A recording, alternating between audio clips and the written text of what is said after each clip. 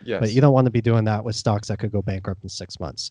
So I Right. would lay that foundation first, and then I would do that wheel where I would sell naked puts. And if the stock continues to rise, I'm selling those naked puts. That's fantastic.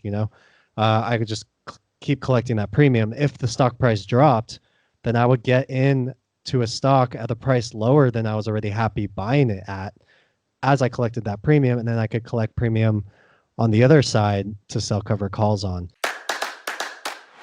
This is the How to Trade Stocks and Options podcast, brought to you by 10MinuteStockTrader.com, where we cover finance, stocks, options, entrepreneurship, education, and money. And here's your host, voted one of the top 100 people in finance, Christopher Ewell.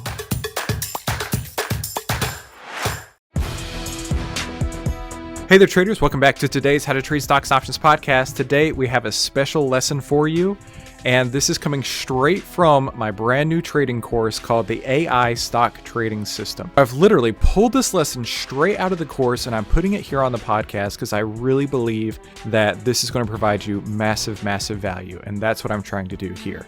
And hey, listen, if this podcast was useful to you at all, I really highly suggest that you go check out the full trading course at AIStockTradingSystem.com. That's AIStockTradingSystem.com.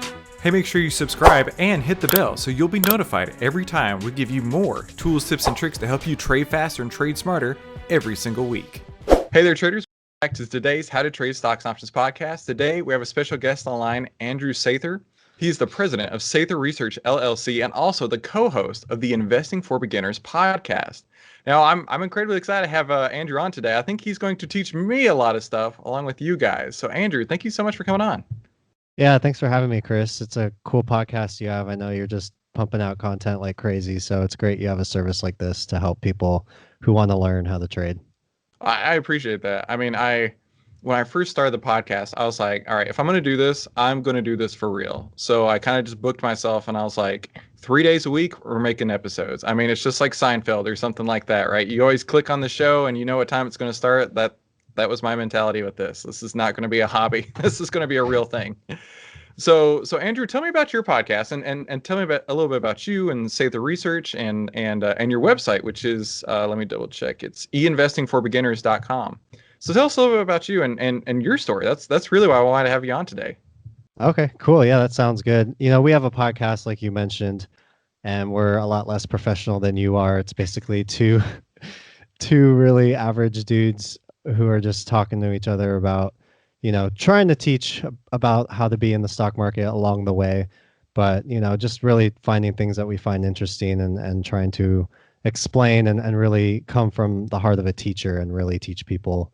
So for me, I don't really have a background in finance. I'm definitely immersed nowadays, obviously, but I went to school for engineering and I got my degree in electrical engineering and just had a regular electrical engineering job fresh out of college. And, for me, I've always been a numbers guy. That's what drew me to engineering. But I didn't know really anything about the stock market. I didn't know about personal finance, a lot of those basics. And so for me, it was just, let's get a good job and that will be enough. I was very fortunate to have a mentor at my first job who not only taught me about engineering, but he was also very passionate about the stock market, very passionate about personal finance. So we would chat about it a lot. And, for a while, I found it slightly interesting, but, I was like, that's kind of cool, whatever. But one day he came into the office and he had a brand new Corvette. And when he came in, he said, oh, yeah, I just sold some stocks and bought this thing.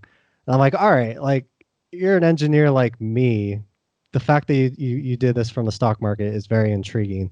So I started paying a lot more attention to the things he had to say. And my personality, once I start really getting interested in something, I dive completely in. So from there, I started teaching myself about the stock market. I came across a couple of really good books. So it's kind of a funny story how that started too. I just went to a local Barnes and Noble, and I don't know anything about the stock market at this point. And so I'm scanning through the books that are in the Barnes and Noble, and I look and I say, oh, Peter Lynch. I know that sounds familiar. I know Merrill Lynch, so that must be legitimate. So I pick up his book. It's called Beating the Street, Mm-hmm. and then I look that book again. Do you have it? Yep. Oh yeah, I've But got that, and I've got one up on Wall Street. Both of those from yeah, him. Yeah. I just I love how he makes it so simple for average people. And he talks about owning what you know, and the fact that just in your everyday life, he made an example of his wife going to a store, and that place was just a zoo because so many people were there buying things, and it was a good stock idea for him, and he actually made some money from it. So that was something I think I got really fortunate that the way he writes his books is very easy to understand for somebody with no background. And so for me, that was the very first book I read, and then I went down the rabbit hole of Benjamin Graham and The Mm-hmm. Intelligent Investor, and it's just evolved over time, and I've learned about so many different parts of the stock market. And as I've become an investor, I've gone through a process of learning a lot, thinking I know it all, being humbled, and then starting that process again. And so I'm fortunate, I think, in a way that I've been able to learn about a lot of different aspects. I tried my hand in options trading during the COVID crash, which is Oh, just probably, recently, huh? yeah, probably the best time you could, the best or the worst, depending on how you want to put it, to start trading options. And so I've done that, and I've found for me personally, the thing that works best with my personality is buying and holding stocks for the very long term. And so I do a lot of fundamental analysis. I really dig into the companies, but at the same time, I try to teach people as a beginner, here's some basic lessons that you can learn that kind of gets you going. And from there, really try to figure out what your investor risk tolerance is, how you approach the market, what kind of things you're trying to achieve from it. And I hope just by teaching as much as I learn, whether through experience or through reading and really diving in, that people can make those decisions for themselves. Wow, that's really cool. Okay, so I've got several questions. So Cool. first, where'd you go to engineering school? University of California, Irvine. Okay. The reason I ask is because I had a friend who went to University of Missouri Rolla. That's a big engineering school, and I was like, man, I hope he says Rolla because that would be really cool to tie that in. The only thing we're really known for there is our baseball team.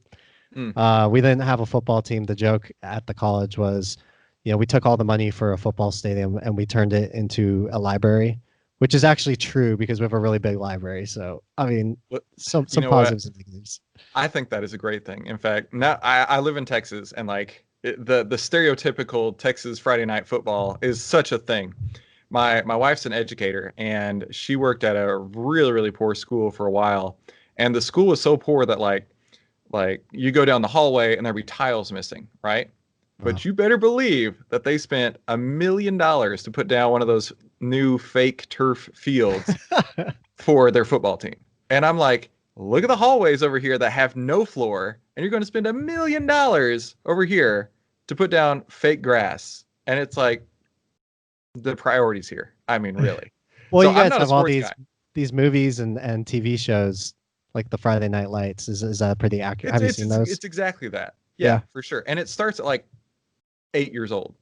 And it's funny because like I'm not a sports guy whatsoever. And in fact, I recently had like a breakthrough on the podcast on a recent episode. I was telling somebody about this. It's like the way that some people get like obsessed with sports is how I got obsessed with stocks, right? It's like my team, instead of like Green Bay Packers or Dallas Cowboys or whatever, it's Apple stock. Yeah. It's or Tim Apple, whatever his name is these days. It's things like that where we all have something that piques our interest, and to some people it's like the rallying behind a team, or for other people it's the rallying behind a stock. And I think that's kind of fun to think about when you make that correlation there. And I did want to ask you about your style of investing because it's almost inverse of mine. And I say that because like with mine, I look really short term. I'm looking 7 to 10 days, something like that. And I'm looking for basically if the stock is going up, I'm looking to buy high and sell higher. And I know like traditional fundamental people like you hear that and your brain explodes. It's like, what are you talking about? You can't buy high and sell higher, right? But for me, it's like, okay, if it's moving up and there's back tested moving averages that are some people call it support. I don't like that term because I don't feel that there's support and resistance. I feel that there's movement in the market, either up or down. But if you can actually back test these lines and say, okay, if it stays above the 20-day exponential moving average, then over time, this returns X percent. If it's above the 25-day exponential moving average, it returns Y percent, something like that. That's how my brain quantifies it. And then, obviously doing the research behind it. But I couldn't imagine buying something and be like, I'm gonna hold it for 10 years or whatever the style is. And I know a lot of people, I mean, you look at any other than like GE or something like that. Look at any stock chart over like a 10-year frame, and you're gonna be fine. But it's interesting to hear, and I that's why I love having guests on, is because it can be the exact opposite of how I trade, but it's exceptionally valid for you and your personality, and that's like you said, it fits your investing personality, and I think that's crucial. And I think that no matter where you are in the stage of investing, finding that style that fits your personality is crucial, is key. Yeah, and you really want it to fit your lifestyle too, Mhm. right? So for me, I'm very fortunate where I can spend all day long looking at the fundamental data, and it is stylistic differences, but really it all makes sense. Like I don't look down on technicals at all. I mean, there's a whole industry that's looking at all of the same financial data, Yeah. and so when they see a business doing better in the short term, well, as more and more people figure that out, they're going to bid the stock higher and higher and higher. And that's one of the reasons that technical works. You also have, investor emotions and biases, and I'm sure you know all about that a lot better than I do. For me personally, I what I see as the stock market and how it works within the economy, you kind of summarize it perfectly. Over the very long term, it tends to go up over time. So the reasoning behind that is there are businesses underneath these stocks, and so as they grow profits, the stock market, um, as they grow profits, the stock prices rise along with those profits. In the short term, you have a lot of fluctuations, you have a lot of volatility. Over the very long term, it tends to follow profits. And so, Mhm. for somebody like me, I like to be able to, not that you buy a stock and forget, I'm constantly evaluating whether these businesses are still valid. Like you said, you don't want to be left in a GE or a Xerox or, these companies that become obsolete. And, you have managements at these companies who might blow through shareholder capital and not be efficient with that. But that's why you do a lot of research. And then over time, I'm a big advocate of compound interest. I'm a big advocate of looking at an investment and trying to take those returns and let them compound over time. And I think over the very long term, that can have a lot of beautiful results for people. And so when you invest in the type of style that I like to invest in, I like to invest in companies that are growing. I like to invest in companies that are paying a dividend and companies that grow that dividend. And so for me, I almost have like a triple interleaved forces that are all working together because everything's compounding on itself. So as the business grows, it Yes. gets better, those profits grow, the stock price rises, the dividends rise, and then I'm reinvesting those dividends. So my share of that pie is getting exponentially bigger and the business is getting bigger. And over the very, very long term, that's where you can see really great returns. Okay. So I again have several follow-up questions for you. Yep. So, all right. So I recently wrote I guess not recently, a couple years ago, I wrote an ebook that I called it the Triple Stock Profit System. Totally clickbait as far as possible. But in reality, it's kind of doing what you're talking about there. It's buying stocks that pay a dividend, having the stock appreciate, taking the dividend income, and then selling calls against those stocks, Hmm. and then getting the call income from it. Is that something that you do? I've sold some covered calls, and like I mentioned, when I first got into it, it was literally in February, right before the market crashed. So Okay, my okay. my first foray into investing serious money, where first I was selling naked puts to collect that income on stocks I wanted to buy for the long term anyway, Okay. and then what I was doing was I would sell those puts, and then whenever those puts would exercise, then I would hold the stock basically long term, and then sell cover calls along the way. And I just happened to get burned because the timing of that was so awful. And so one of the stocks I had was American Eagle, and it dropped. I think it was over 50%. Ooh.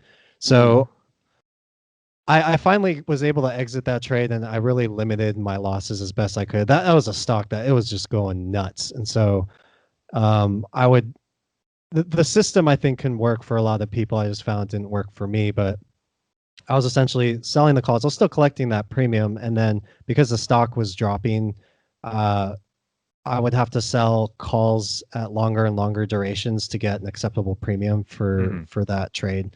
And so it didn't work out for me, but I what I really liked as I was doing all of that research, and it's something that I've heard referred to as theta gang, but it's basically you sell premium, and I would do exactly that process where I would do fundamental analysis to figure out which businesses do I think can last for a long time. Doing what I'm talking about. It's also a long-term play too. But you Yes. don't want to be doing that with stocks that could go bankrupt in 6 months. So I Right. would lay that foundation first, and then I would do that wheel where I would sell naked puts. And you know, if the stock continues to rise, I'm selling those naked puts. That's fantastic. You know, I could just keep collecting that premium. If the stock price dropped, then I would get in to a stock at a price lower than I was already happy buying it at as I collected that premium, and then I could collect premium on the other side to sell cover calls on.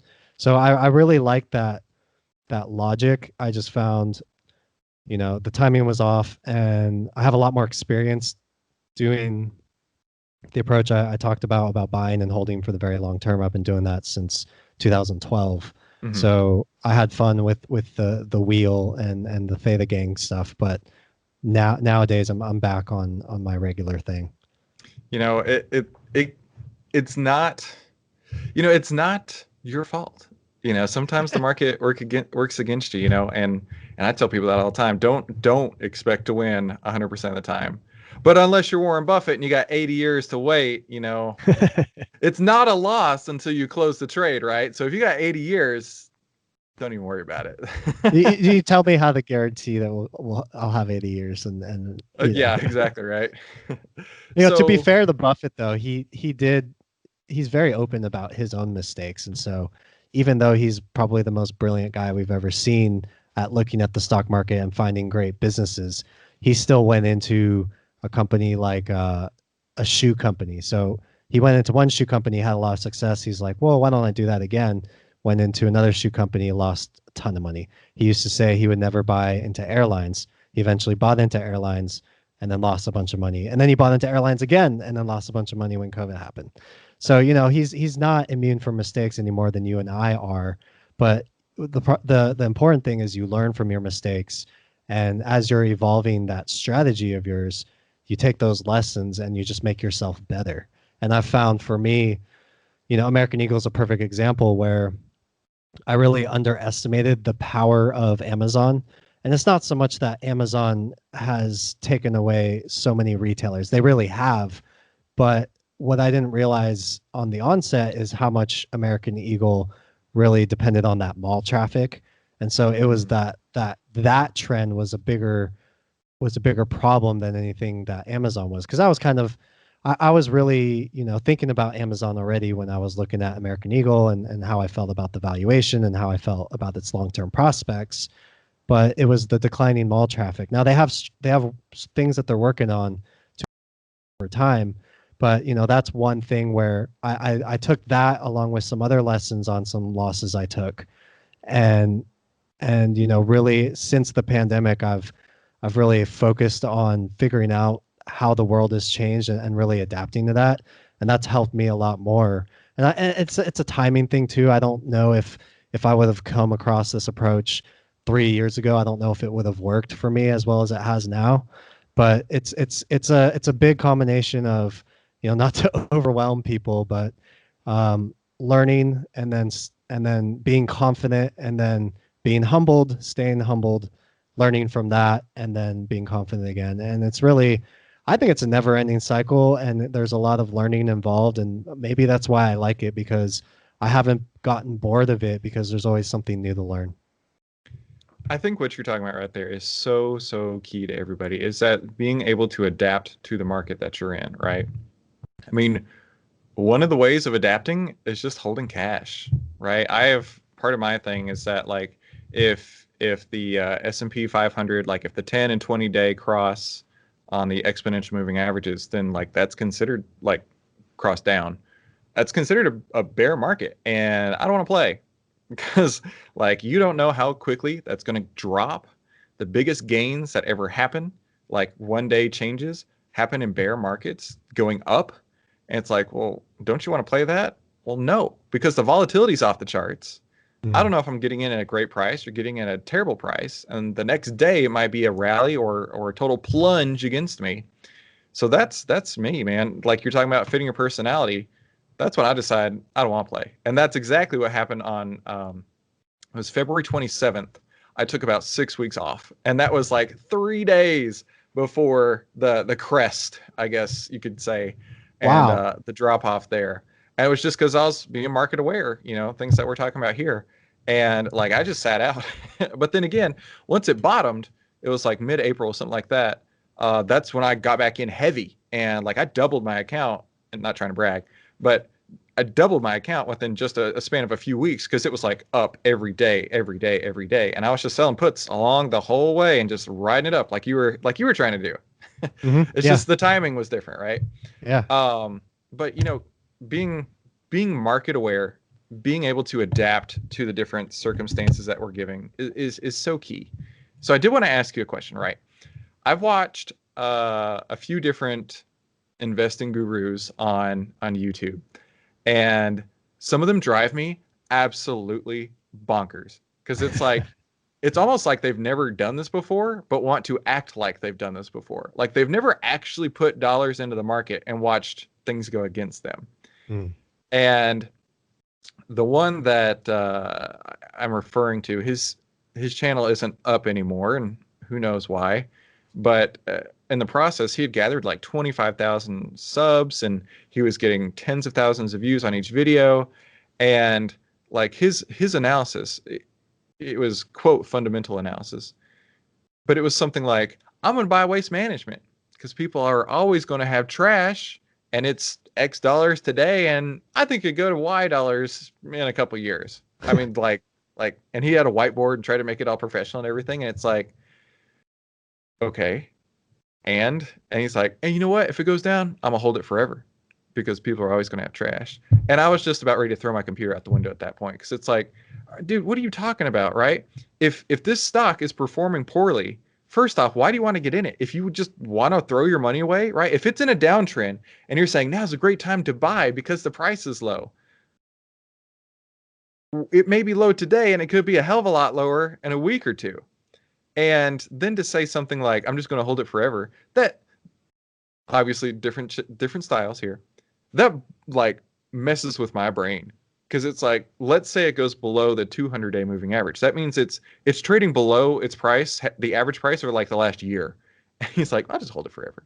It's like simple signals like that, like a 200-day or maybe a 50-day, just some sort of filter to Yeah. say, I'm in, I'm interested, I want to go long, or this stock is performing poorly. I'll get back in when there's enough buyers to help push the prices up to above this trend line. So that's where I'm going with this is, do you use any sort of indicators or trend lines or anything like that? Now, I'm not one to draw things on my screen. I don't do that. But I'm talking about like data points essentially. And being that you're an engineer, I figured that there probably has to be some sort of data points to align with your investing style. Yeah, that's such a great question. And I mean, don't me even started on YouTube and everything that's on there. Which is I where this is love going, by the way. I, I love YouTube. I love watching the comedians on there, but I think the fact that people are on the podcast to learn and genuinely learn from credible people, that's the right place to be. I'll just leave it there. And you're absolutely right. You 100%. If you're going to be looking at buying stocks for the long term, it's still about the numbers, and I'm all about looking at the numbers. So, give you a little backstory. When I first started, a couple years in, I'm a very risk averse person, and so I do not like the idea of exactly what you're talking about, buying a stock that's cheap, and then it just continues crashing until one day they're bankrupt. Classic value trap, and a classic mistake that a lot of people make as they first get started. I mean, even now, there were so many people who call themselves fundamental analysts and value investors, and they're buying the airlines just because they're cheap. Oh, and okay. and I saw the same video on YouTube. no, I did not. I'm not on YouTube for the market. Don't worry. Well, it's one of these channels where the guy's got, crazy subs, 500,000 subs. Now, look, I'm jelly. I'll be as strawberry jelly as you want me to be about that. It's very true. But like when he's holding up his little whiteboard and he's like, airlines are going to triple, and his little thumbnail. I know like, who you're talking about. Yeah.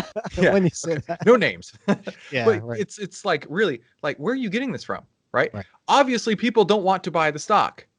Why do you want to spend your money or spend your money to buy that stock? Sorry. Okay. I'll let you finish your answer. I'm sorry. Yeah, it drives me nuts. And the market environment that we've had in 2020 has really, it's just magnified the differences there. And so, we could get into the airlines. I don't want to get into it, but you tell me how a business that has 10% of the people it usually has to pay them money, you tell me how that's a good investment. You really can't if you're really intellectually honest with yourself. But so you talked about indicators that will tell you, hey, this thing's in a really bad trend and it probably will continue going lower, and it does. And there's a big reasoning behind that. So for me, I looked and I wanted to, again, avoid risk and really limit my downside, because the fact of putting my money in and never seeing it ever again really scared me. So I went back. I didn't see, people don't talk about this, but I took the flip side. Everybody wants to talk about profits and how much you can make. Let me look at the failures. So I went through, it was a very arduous process. And like I said, I jump into the rabbit hole. I went through and I looked at all the bankruptcies that we've had since the early 2000s. And you have a lot of big names there, Washington Mutual, Blockbuster, Enron. And Enron was like a top 5, top 10 company. Everybody talked about how it was like one of the best blue chips ever. They go bankrupt. And so I'm looking at this and I'm like, let me take my engineering numbers, my strength, and look at all of the numbers. And I was doing this, with very limited tools. Even though this was 2013, 2012, I was just a regular dude. I didn't have access to a lot of the great computing power I do now. And so I was manually filling in spreadsheets and just looking at all of the numbers and is there any commonalities? And so the biggest thing I found was these companies would have a lot of debt, and that debt was growing, and they would not be turning a profit. They would have negative earnings. They would not be profitable. And the fact that just that simple indicator of a company having negative earnings, there were more than 50%, I think 60 or 70% of these companies had negative earnings. So I found that to be a really easy indicator for myself moving forward. Well, guess what? I'm just not going to buy a stock with negative earnings. And these are the exact type of companies that you'll see that trade under the 200-day moving average or what your indicator is. And it's because there's a lot of other smart people on Wall Street who do this for a living, and they're looking at the fundamental data. And so if they have a company that's not profitable, that's going to be a company that if they make one little mistake, their business model could be absolutely screwed. And so that's why you'll see a lot of volatility with these names, and you'll see a lot of downtrends that continue. And it's exactly because the business is just such a risky thing, and people buy into it thinking, well, it's so cheap, there's no way it can go lower. It must be a not risky investment. And it's the exact opposite of what the reality is. And so it drives me nuts too. And I think it's just something I'm gonna have to take to my grave, that there's just gonna be a category of people who continue trying to dig through the trash, something of value there. The best we can do is just, learn from their mistakes maybe, and make the best systems and indicators that we can to avoid those as much as we can in the future. I love how you just said people digging through the trash. I love that so much. Like when you said that, I'm like, oh my God, that's so good. But it's so true, right? When you look at some of the most I mean, like we talked about GE earlier, they probably have 100,000 employees still. They're like a multi-billion dollar company. They do lots of stuff. But investors and traders and people who want to be in the market aren't buying it. I don't know why, but when it's like $6 on this, or I think it was around $6. It could be something else now. Last time I looked, it was $6. When it's like $6, like just that alone should give you an indication. When something like Amazon is 3,000, Tesla just got split. What was it, like 3 or 4 to 1? I was just trading it the other day. It's like $400 something now after the split. Apple just had its split, and it's over $100 after its split. Just the price alone, I think, should give you an indicator of how good the company is. Like if it really is something that's worthwhile getting into, right? And that really goes back to your trash example, right? if I got my brand new iPhone 12 versus my iPhone 4S, that iPhone 4S is probably in the trash at this point. And it's worth a hell of a lot less than my brand new iPhone 12. Everybody's out there buying the iPhone 12 because it's something better to have, better usefulness. It's a better tool. I mean, not only for the fact that it's like newer and shiny object syndrome and all that stuff, but like you can actually accomplish more on it than on your iPhone 4S. And so just right there, if you're going to compare value, I think the value is in the more expensive one because you can accomplish more with it. Translate that to stock prices. A stock that's expensive, like Amazon, like Teslas, like Apples and things like that, are expensive for a reason. They're worth having. But then stocks that are cheap, like SiriusXM, like there's a reason. Now we're going to dig through the trash. Exactly. And I talk about SiriusXM because like I used to be a huge SiriusXM person. Like I loved it. I had my car and had a little Walkman thing, right? And then I got a smartphone. I think it was a iPhone 4S, in fact. Yeah. And like they had a SiriusXM app, and I'm like, sweet, I'll just listen to it on the app. So I canceled my car subscription. And then I found podcasts, and I'm like, what the hell do I need this thing for? And then I got Spotify, and I'm like, what do I need SiriusXM for? Like something like that. I mean, you look at the price of it. Last time I checked was like $450. I mean, that alone should tell you enough that it's just not worth your time. But then you've got people. Oh yeah, Sorry, go ahead. No, okay. No, I was just gonna say. Then other people look at it like it's the volume play, right? Oh, it's $450. Sweet, I could buy 50,000 shares of it, or something like that. You watch it go down even more, and your volume play is now exacerbated in the wrong direction.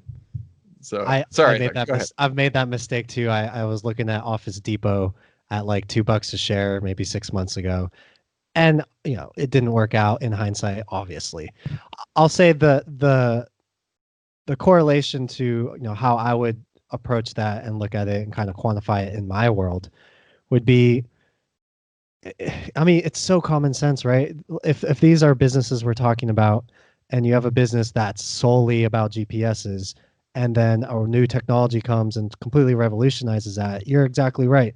Nobody's going to pay money, $100 for a GPS when it comes on your phone for free. Now, we can't really make those. That's a great example. We can't really realistically do that with every business. Businesses can get quite complex. So from my point of view, and what drives me nuts also, is that what people need to understand is a company is only valuable if it's growing.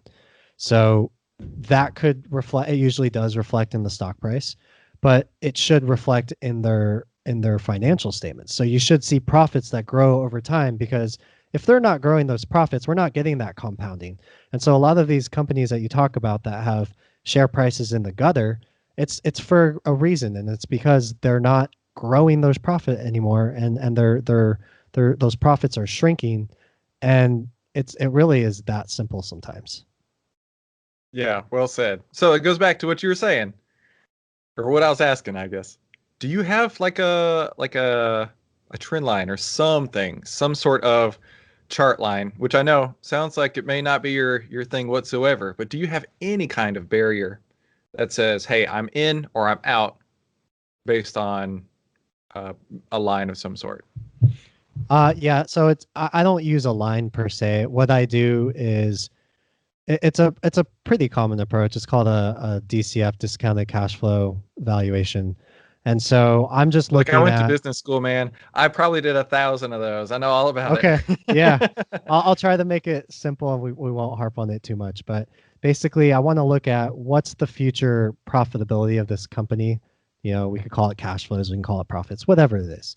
And so you want to make sure that whatever price you're buying a stock at, you're getting enough of those profits in the future to make that investment worthwhile. And so what determines whether a stock is cheap or expensive is based on what those future cash flows are. Now that's a very hard thing to determine, and it's a mix of a science and an art. But it goes back to if there's companies that are not growing those cash flows, well, they're not worth much. And a lot of people don't make that distinction, and I think it's a mistake. You know, this has been so interesting, Andrew. I got to tell you, I've learned a lot, and I really enjoy this conversation here, this banter, because man, I will never forget the digging through the trash reference. I love that. Oh my gosh. Thank you. So Yeah, yeah, this is a ton of fun. yeah, we're gonna have to do this again, Andrew. Now let's talk about your podcast real quick. So your podcast is the Investing for Beginners podcast, and of course, I want you guys who are listening to this one after it's all the way complete, of course, go check out the Investing for Beginners podcast. So it looks like he's got nearly 200 episodes at this point. Yeah, no, thank you. Like I said, it's us really trying to make things simple and talk to the average investor. So we have different things we try to teach and try to boil things down. We're very numbers based, and we kind of say that up front in the intro of our podcast. So it's not for everybody, but we do try to approach it from a standpoint of how can the average investor do well for themselves in the stock market. And so that's what we try to talk about every week. It's me and my co-host Dave, and sometimes we'll have guests on. Sometimes most of the time it's just us. We'll answer a lot of listener questions, and really just try to teach as much as we can about the basics of the stock market, personal finance, and all of those things. That's really cool. So I hope you guys that are listening right now, make sure you go and check out the Investing for Beginners podcast. Add that to your queue, because I know, and I'm sure it's the same with you, right?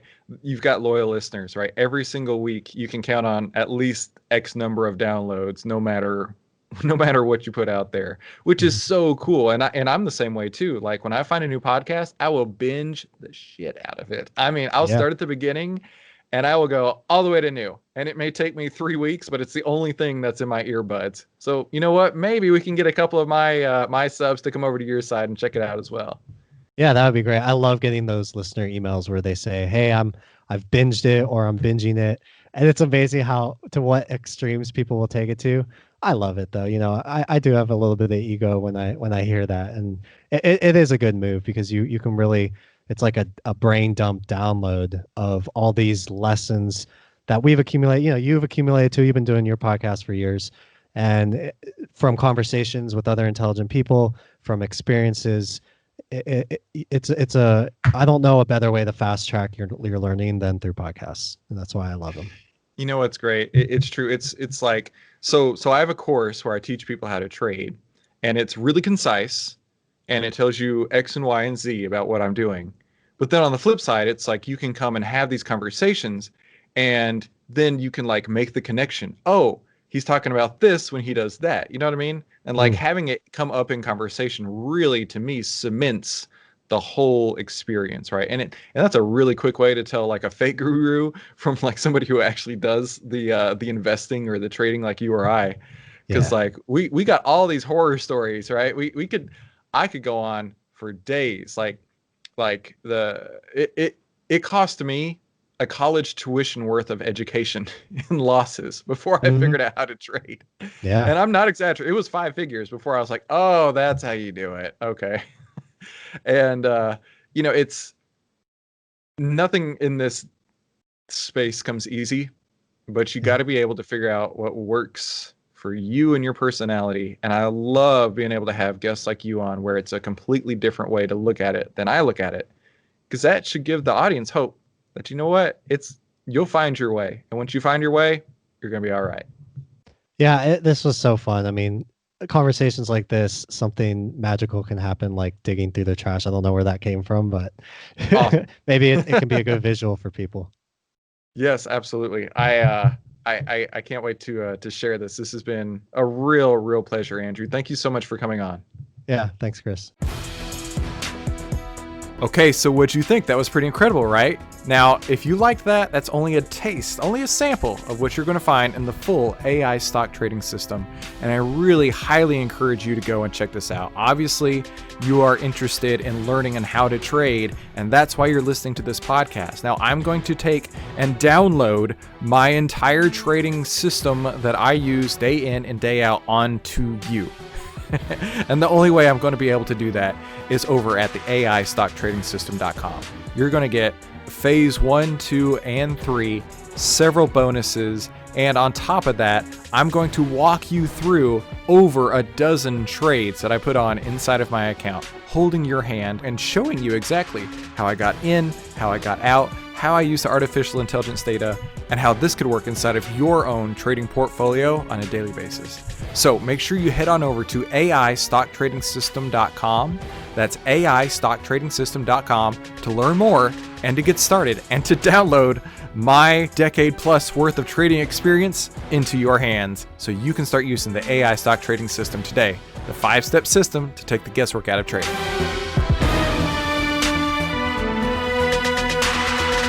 Hey, if you like this video, let me know by leaving me a like below, and then subscribe and share it with somebody you think could use it as well. Be sure to comment below with your biggest takeaway from this episode and any suggestions you have for future episodes. And finally, make sure you watch these other videos to help you trade faster and trade smarter, and I'll see you on the next episode.